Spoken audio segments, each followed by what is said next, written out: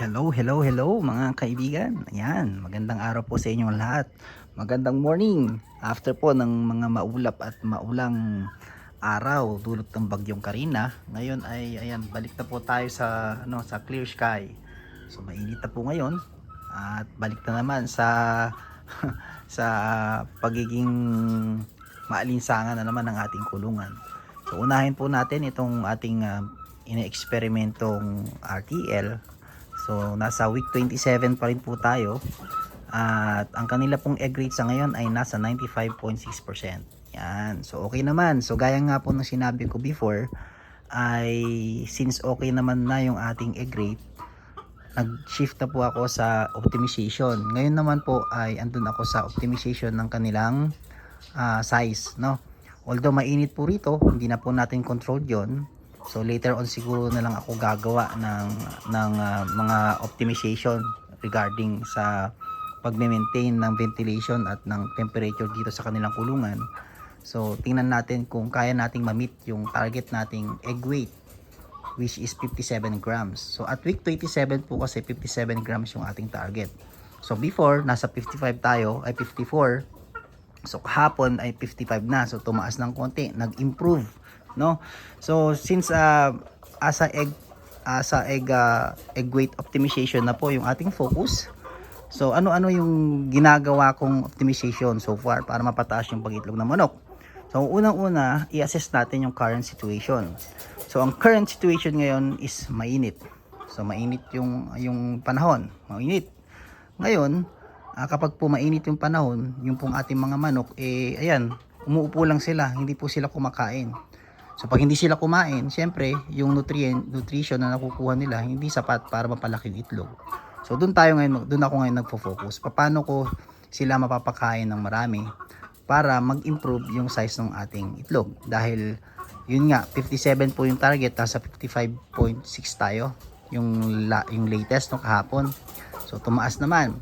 So lagay tayo ng tubig, maraming tubig, and then ang ginawa ko po ay nag-adjust na po ako. Nagdagdag po ako ng 1 hour sa umaga and then 7:30 naman sa gabi. So bakit ganun yung ginawa kong optimization? Bakit sa ilaw tayo nagdagdag? So importante guys na within lighting management, recommended lighting management po yung ating gagawin dahil kapag sumobra po sa recommended na pagpapailaw ay baka naman mag-prolapse yung ating mga manok, mapuwersa. So kapag po katulad ngayon alas 10, ito po yung temperature natin, nasa 34 degrees. Yung ating pong mga manok ay nagpapahinga, ayan, nakakahiga. So tinitinan ko sila. So ibig po sabihin, dapat pumapakain ko sila ng mas maaga. So magsisindi po ako rito ng ilaw ng 1 hour before ng sunrise. So that way makakain sila ng 1 hour ng ahead. And then i-extend ko naman sa gabi up to 7:30. So 1.5 hours naman sa gabi. So kung malamig po sa gabi, makakain sila, at least mabigyan ko sila ng nutrition. So hopefully yung pong ating gagawing optimization na ganong ilaw ay magbigay sa atin ng pag-increase ng itlog. Dahil paano natin mapapalaki yung itlog ng mga manok natin? Kailangan sapat yung nakakain nilang, yung feed intake nila dapat sapat, kasi yun ang magpo-produce. Dapat okay din yung kanilang mga micronutrients, yung calcium, yung multivitamins, yung supplement, kailangan tama rin, at yung tubig. Paano nga kung mainit? Mula ang mainit po rito alas 10 hanggang alas 3 ng hapon, napakainit. So hindi po sila kumakain sa mga oras na yan. Nakahiga lang sila, nangalang sila ayan, parang yan, no, naghihingal lang sila. So ayan, aside from transferring yung ating manukan, which is sa tingin ko hindi possible sa ngayon, yun lang ang pwede kong gawing optimization. So gagawin ko lang yung kaya kong i-optimize or i-control. So kung hindi ko siya control, move ako sa ibang aspect kung saan ay pag-i-improve ko yung itlog ng ating manok. So feed intake ay improve ko, and then yung feed conversion, no, yung pag-convert nila. So syempre feed intake, baka kain man ng kain yan, hindi naman yan nako-convert yung pagkain into nutrients, wala din. So paano natin ma-improve yung feed yung conversion niya para magamit ng mga manok na mag-produce ng itlog? So So bigyan natin sila ng mga supplement, yung multivitamin, amino acid, folic acid, yan. And then silipin natin yung kanilang mga dumi. Tingnan natin kung yung kulay, kung digested ba o na-convert ba nila, kasi doon ma-estimate natin or mag-guess estimate natin kung tama yung nare-receive nilang mga multivitamins or supplement. So yun, so far ayan ang ating itlog, malalaki na, ano, ayan, makita nyo naman yung size natin ngayon, iso. Yan, oh, diba? Yan, so 55 yung size. Yung 55 po ay pumapalo na, nasa ano po yan, nasa medium size po yan. 55 to 60 ay medium size as per DTI standard. 60.1 to 65 yan na po ang large. Okay? So doon natin dapat po is nasa 57. So ibig sabihin okay pa rin naman, medium pa rin naman yung size ng ating itlog. So yung presyo ng aking pagbebenta po ay 180 per tray. So nasa 6 pesos per egg po yung ating selling amount. Ang kita po doon per egg ay pumapalo po ng 2 pesos sa ngayon, 2.6 ganyan. So 2 pesos na lang. So sa 2 pesos po yun, please take note na hindi po kasali yung bahay, no? Hindi kasali yung cost ng mga manok at cages. So yung aking pag-measure ay yung operational ko lang, no? Operational expenses ko lang, which is yung multivitamins nila saka yung kanilang feed intake. Yun lang po, para simple. Saka ko na po itatali at the end of the month or after 3 months. Saka ko na lang itatali na magkuha ng kita dun sa capital or yung sa manok sa cage. Later on na po yun. Pero sa ngayon focus lang ako dun sa daily operational expenses lang. So yung 2 pesos ay according po sa daily operational expenses. Hindi po kasali yung bahay, hindi kasali yung mga manok natin, yung puhunan. Okay, wag po kayong malilito doon, ha. So yun po yung way ko ng pag-measure, no, kung siya ay profitable or hindi. So later on ko na lang ipa-factor yung aking puhunan kapag siguro next year, yan. Okay? Okay? So yun naman po ay 46 heads lang, dalawa pa rin ang namatay, hindi po nadagdagan yung ating mortality. Very good. And so far, yan po ang aking maibibigay sa inyong update sa ating RTL test, no, at week 27. Okay. Next, yung po ang ating tinanim na na bell pepper na bagong variety.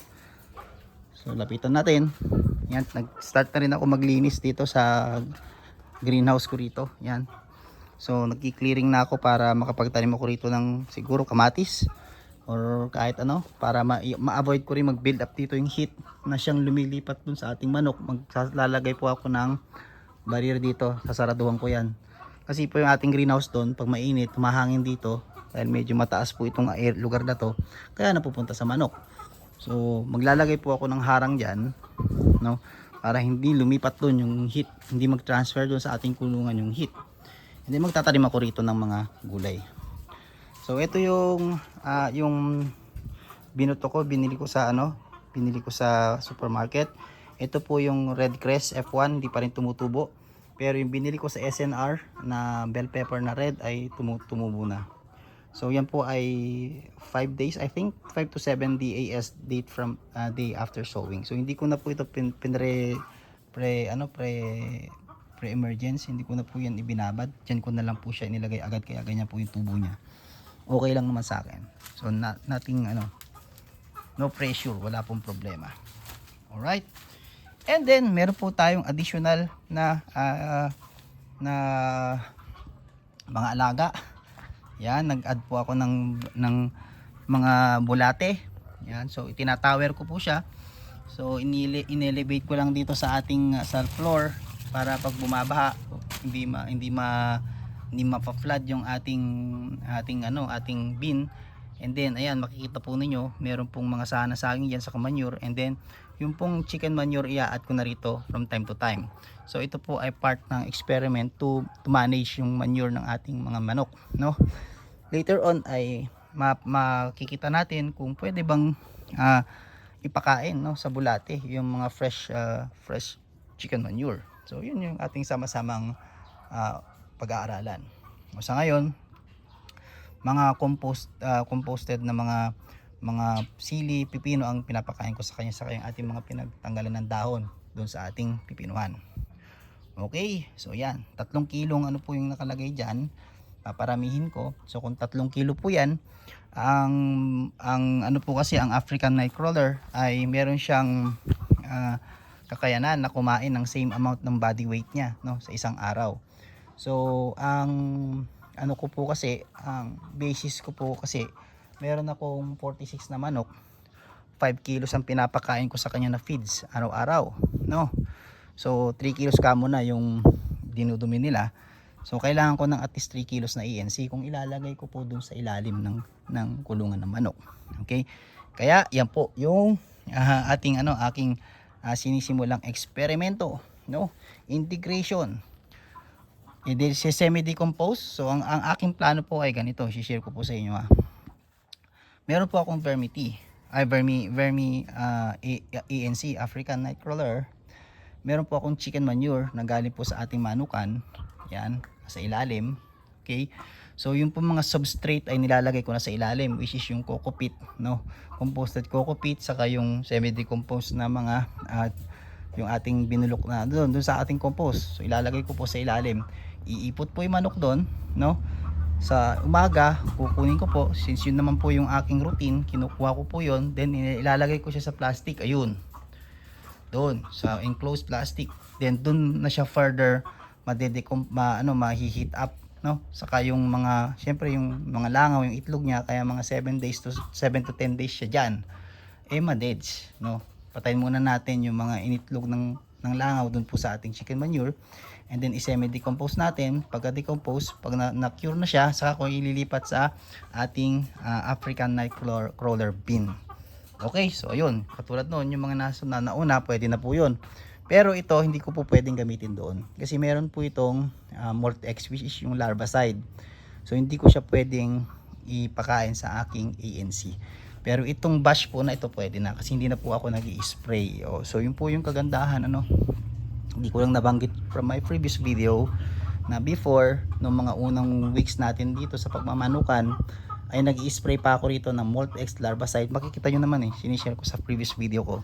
Nag-i-spray din po ako rito ng anti-langaw. So syempre, yung naipon kong mga droppings during that period, hindi ko siya pwedeng ipakain sa ating bulate, no, sa ating compost worm, dahil baka maka-apekto sa kanila. So since nag-iba tayo ng strategy, iniipon na natin, kinukuha ko siya every morning. Wala na ako, no need na ako mag-spray. So nakabawas ako, nakaless ako ng pang-spray. Okay, wala na ring larvicide, kasi yun nga, inaano natin, anong tawag doon? Sinusuffocate natin yung mga larva doon sa plastic para hindi siya magtuloy. So that way, na-control ko significantly yung amount nung langaw dito po sa ating manukan. Wala halos makita. Meron mang isang-isa, pero tolerable. Hindi siya yung pag tiningnan ko itong mga wire na to, di ba, nakukumpulan diyan. Pag marami pong langaw, ganun po. Dito wala, So since walang langaw, yun po yung senyales na control din yung ating amoy, yung ammonia. So yung pong EM ay EM o kaya yung compost tea ay magandang pantanggal ng odor. Kaya yun din po ang i-spray. So meron tayong compost tea sa yung ating semi-decomposed na compost. Yan po ang gagawin kong bedding ng ating manok. Sa morning, kukunin ko, ilalagay ko dito sa sa plastic. After 10 days, gagawin ko siyang pagkain ng ating ANC. So si ANC na ang further magko-convert into more potent fertilizer na pwedeng gamitin na ng ating mga halaman. Okay? So yun po yung ating ANC. I think nung isang araw dumating to, siguro nagsimula nang magsilikas itong ating mga ANC. Tingnan natin dito kaya may kahon dyan, tingnan natin sa ilalim. Meron isa, ayun sila. Okay lang yan. Saan din naman ang ending yan? Ang ending po niyan doon din sa aking bed. Kaya doon din sila pupunta later on. So tingnan natin mga kaibigan. Ngayon, punta na natin yung ating pipino. Yun, matagal kong hindi kayo nabigyan ng update sa ating pipino. Yan, naka-drip irrigation na tayo. And ang pipino po ay ito ay 48 days and still inaanihan natin. Nasa gawing taas na po yung mga bunga. Wala na pong bunga sa ilalim kasi inaanihan ko siya everyday, no. Nagsusupply po ako dito sa local market dito sa Palayan, kaya hindi ako masyadong pressured, hindi tayo masyadong pressured dyan. Okay, so 48 days na po yan at yung bunga niya nasa taas, and expect na magkakabunga pa tayo sa gitna. So yung mga yan, okay lang yan, hindi ko masyadong pinapansin dahil hindi naman po ako nag-spray dito ng anti-fungus, no? Hindi ako nag-spray, wala pa po itong spray ng foliar, wala pa ring spray ng mga insecticide. Okay, hindi ako natuloy mag-spray. So dito sa ating solen, ito po ay 43 days na yung solen natin. And ayan po yung itsura ng ating pipino. 43 days. Compare dito sa ating nauna, mas malalago itong ating mga pipino sa solen dahil nalagyan ko kaagad siya ng drip irrigation. Okay, mamaya ipapakita ko sa inyo yung ating no new seeds na nag-unlaki ng in-improve pagkalagay ko ng drip irrigation. Turns out na kulang lang pala ako sa tubig. Okay, so but first, explain ko muna sa iyo bakit itong portion na to ay maraming fungus. Yan, may mga spot, yellow spot. Yan po ay dahil meron pong butas yung aking greenhouse doon, tumutulo, pumapatak siya, nagdi-drip. Saka malapit po tayo sa open. Yan. So yung minsan pag umuulan, umaanggi, so nagiging moist po itong area na to. Kaya prone po itong area na to sa fungus diseases. Pero still hindi ako nag-spray, okay lang yan. Kung madedes yan, madedes siya. Okay? Ay ito, dito rin sa portion na to makita nyo may mga fungus din tayo. Okay? So check natin muna yung mga bunga. Ayan o, nasa gitna yung mga bunga. Although konti ang dahon, madami naman tayong bunga. Fruit setting is okay. Presyo po ng ating pipino ngayon ay 30 pesos. Yan. O yan, marami rin bunga o. Diba? O. Okay yan, para lang wala pero maraming bunga yan. O.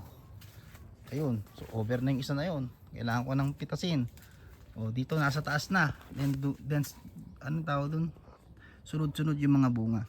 So kaya inalis ko na po yung mga dahon sa ilalim dahil ang nutrients dapat andito na sa taas mapunta, no, para mapagtuloy natin.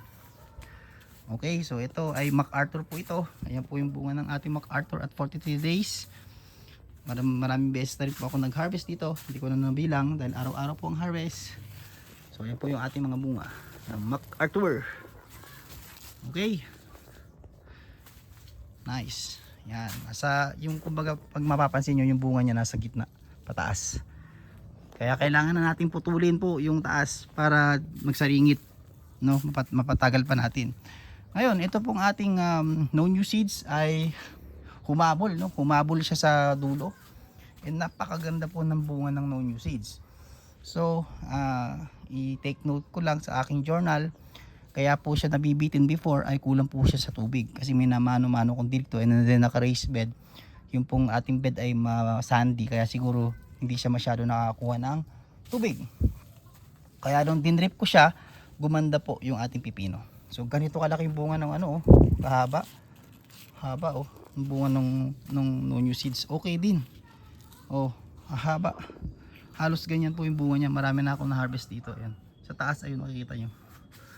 Okay. So yan. Ayan po yung ating no new seeds. Humabol naman. Gumanda. Ayun yung pangit na pangit noon before. Ayun. Umahabol na siya. Itong ang laki ng bunga. Ang haba. Toing. Isang dangkal. Yun pa. So pwede. No? Pwede pala yung no new seeds. Pwede nating gawin. Basta make sure lang na maraming tubig. Kasi malakas sa tubig po yun. Okay. Ngayon, punta tayo sa ating solen. Ang solen ko po ay 43 days. Itong solen. And nag-harvest na po kami dyan. Ito po yung single plant, single hole. Then, doon naman sa gawi doon yung double plant, single hole. Tama. Dalawang puno sa isang sa isang butas.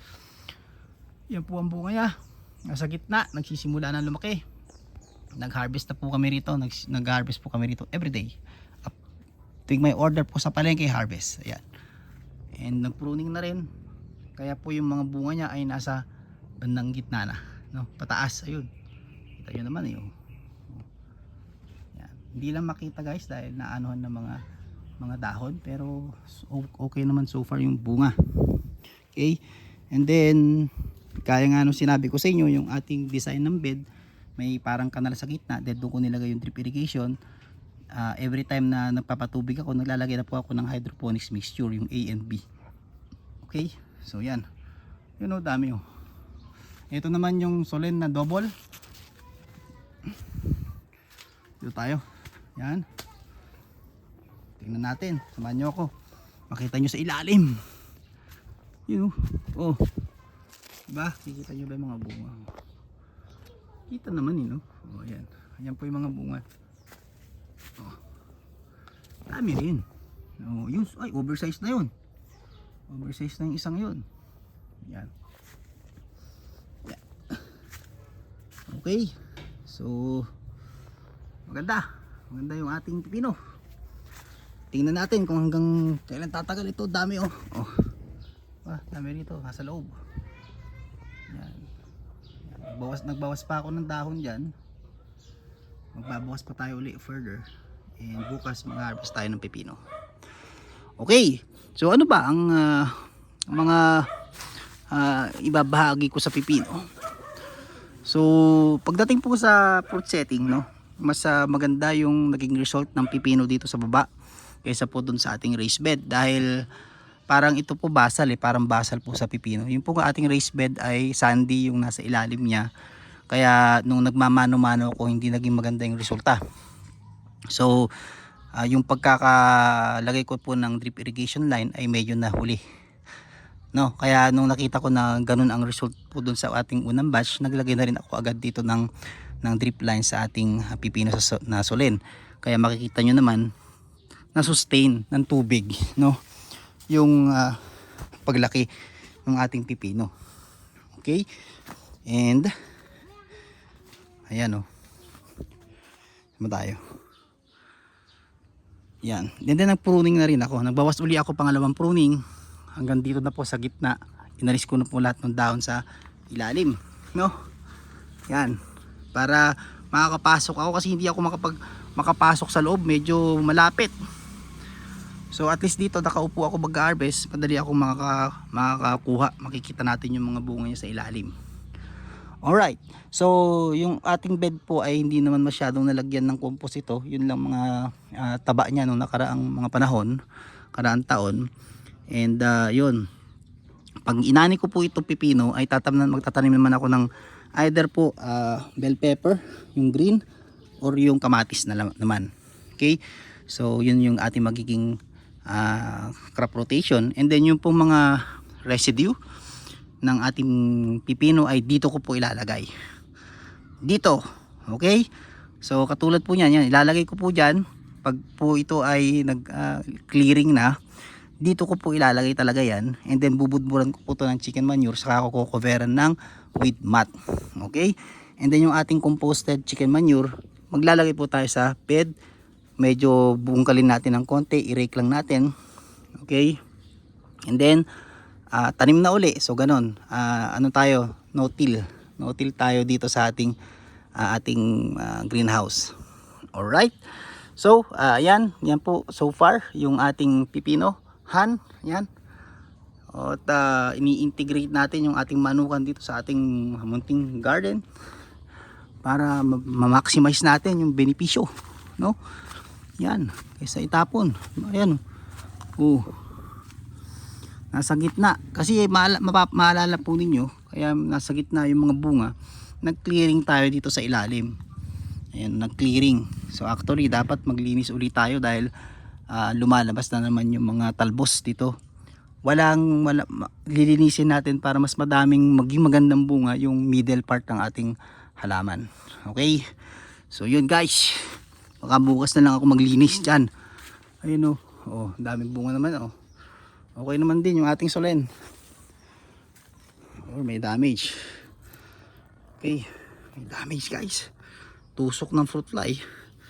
So tanggalin na natin. Then papakain natin ito sa ating ANC. So yun. Walang masasayang ngayon. No? Dahil papakain natin sa ating ANC. And then ito yung ating fertigation setup. Yung ating setup. Gumamit ako ng Venturi. Dito ko tinitimpla yung mga solution. Ayan, nakafit dyan. So pag nagdilig po ako dun sa pipino sa baba, isuswish ko lang po yun. Then may hinalo na po ako ritong NPK saka Epsom salt, no, saka seaweed fertilizer, yan, calcium. Automatic po yan.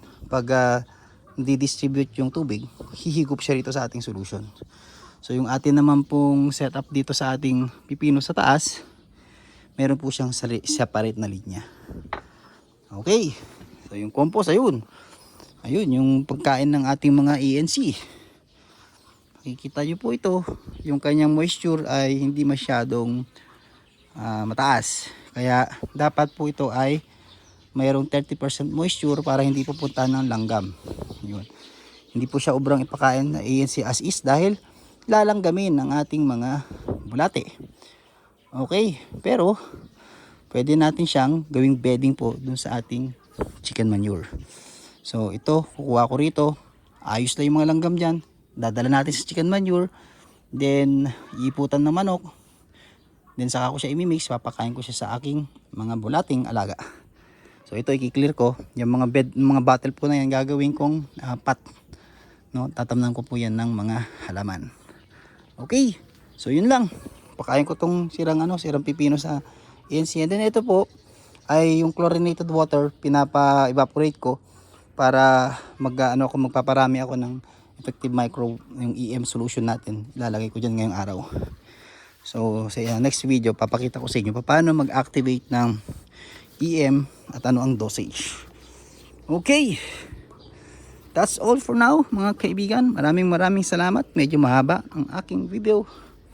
Hopefully ay hindi kayo na bore at nakatulong sana kahit papaano ang ating video. Hanggang sa muli, magkita-kita po tayong muli sa susunod nating video. Mag-ingat po kayong lahat. Bye bye.